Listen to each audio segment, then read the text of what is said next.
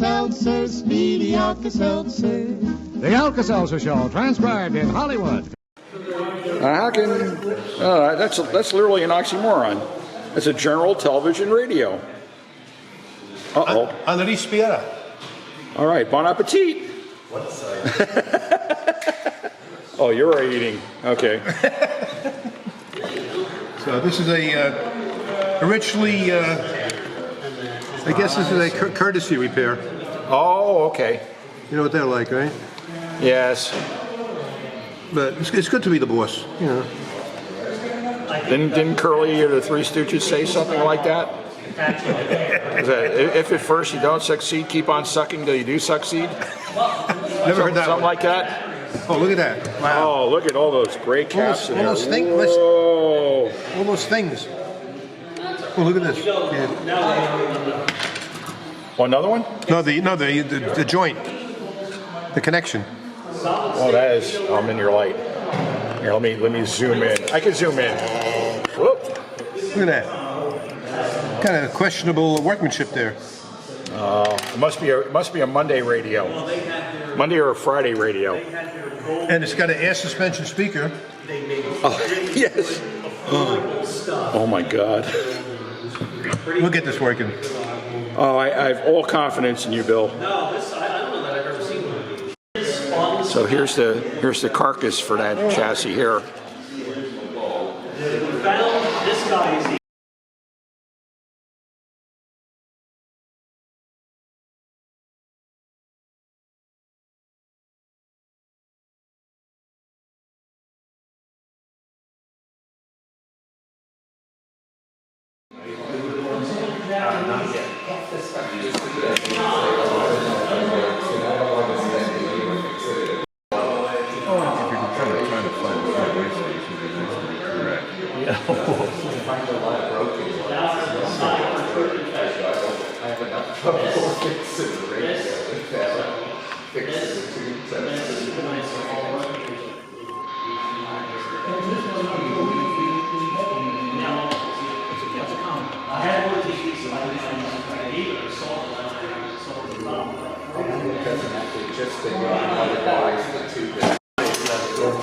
Hey Nev, I think you need some more equipment on your table. What do you think? Nah, I didn't bring enough. Didn't bring enough? No. I can never have enough. That's actually looking better than my workbench at home. That's because when I packed all this stuff, it didn't make a dent in the pile. Oh man.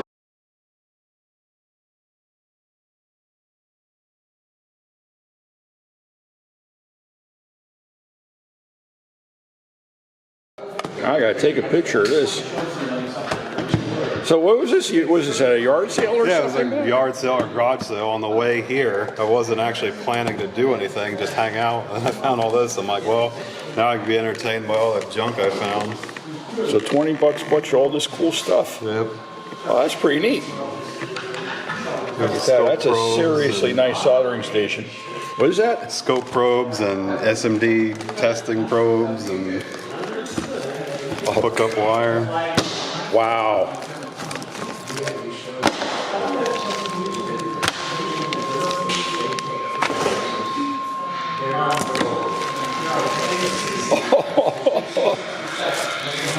Yeah. And look at all the wire. Yeah, that was what caught my eye for the bin because it was all the same gauge but colored different wire. colors. So I was like, well, that's cool. Wait, like 18 gauge wire maybe? Yeah, I don't know. Nice. They just keep going. The hits just keep on coming. All right.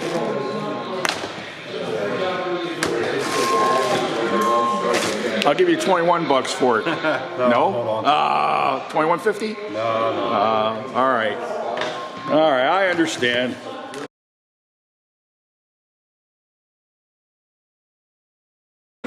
What we got? Oh, this is an old Matsushita transistor radio from the 1960s. Oh, I love these things. Oh, it's even got the little, is that like battery level and signal strength? Yep. So it's AM and shortwave. Oh, that's a cool radio. Yeah, I used to work for Panasonic, so, you know, when I saw this on eBay, I just had to go for it. I would have. The only thing Price is right. that's strange about it is that it doesn't go to 10.5 megahertz. It only goes to 1.6 to 4 megahertz. Apparently they had two different models, and somehow I think at the factory they put the wrong chassis in. Well, either that or the guy you bought from on eBay gave you the wrong chassis. Yeah, well, it looks original. It doesn't look like anything was tampered with. It looks like, for the most part, all the caps and everything. And Yeah, it's all original. it's all there, man. Yeah. But look at this tuning capacitor. It's metal and it's got anti-backlash gear. You see there's two brass gears with a spring. Yes. And I mean, that's real good That's quality. just, yeah. You know, Yeah, they don't make stuff like this germanium anymore. transistors. Yes. You know why I got this? Well, to be reminiscent, when I was a kid, I had a similar radio that was 2-band shortwave, and you know, it just seemed to be too cool, you know, to add to the collection. You know. Yeah. Now, every now and then I get a transistor fetish. I find something that looks really cool, I'll grab it. Yeah. So, oh, this is nice too. Digital oscilloscope. Yeah, it's a scope too. Oh, And it's rated to 10 megahertz, right. but I swept and I went up to beyond 10 megahertz, but you could see aliasing take place. But then I was up to 50 megahertz and it's still giving me an indication, you know, that there was something there.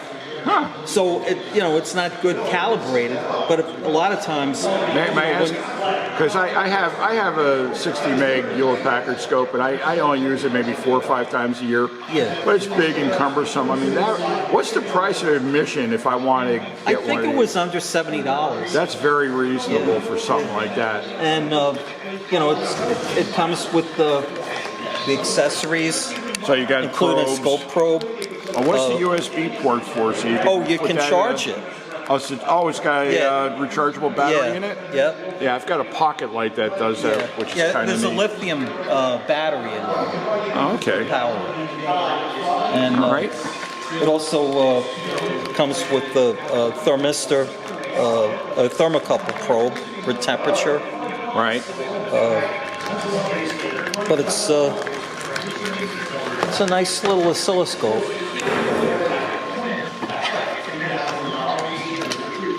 Oh, we even get a free demonstration. Okay. Yep. Boys and girls, we are trained professionals. Do not do this at home. I think it's got a cal output here too.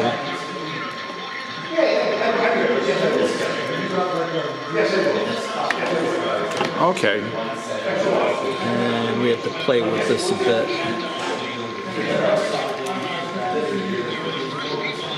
Let's see. Oh, this can do an auto set. So There you go. Nice. That's cool. Alrighty. it's amazing what they can do today. You know, it reminds me of the movie 1941 with Bellucci and Aykroyd. Remember that movie? Yeah. You ever see the guy that, I forget the guy's name, but he was the guy that was the Christmas tree sales guy driving the pickup truck. And he was all drunk. He had Christmas trees in the back of the truck, and the Japanese sneak up on the... Oh, I vaguely remember that. And they come and they capture him, and he had a cathedral radio in the front seat of the truck. Yeah. So they pan over and to... that was Slim Pickens. Slim Pickens, yes. Yeah. Yes. Yeah, So and then the compass, the toy compass. yes. And then they. He swallowed it, and he swallowed it, and then they gave him forced prune juice. Yeah. No, but before they got him on the sub, Yeah. you see the Japanese sailor, getting him into the porthole. He's yelling and screaming, and we kicked your ass in the Great War, and they push him in there. And the next thing you know, he grabs the radio. And he's trying to get it in the hole, and it wasn't fit. And then he starts talking to Japanese, and then the subtitle, "We must find a way to make these smaller." Yeah. And that's no lie, because there's proof right there. Yep.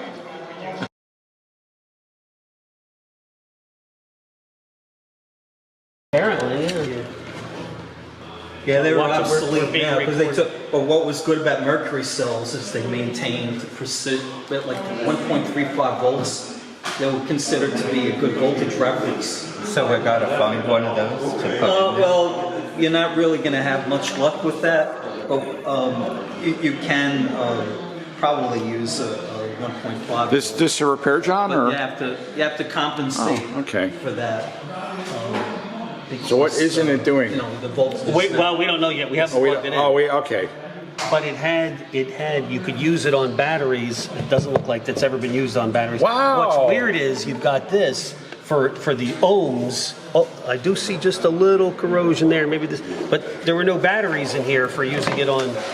And Bob just pointed out, I found it on the schematic, but I didn't. Bob found it right away. There's a 1.35 volt reference cell that's missing. Now that must be used for the calibration. It has built-in calibration function, so that's why that's there. But I mean, you can use an external calibration, and you know what you should really look for if you're into electronics and you want some standards in your lab. The Chinese have had for a long time. They've used analog devices voltage reference chip, and you can see them all over eBay.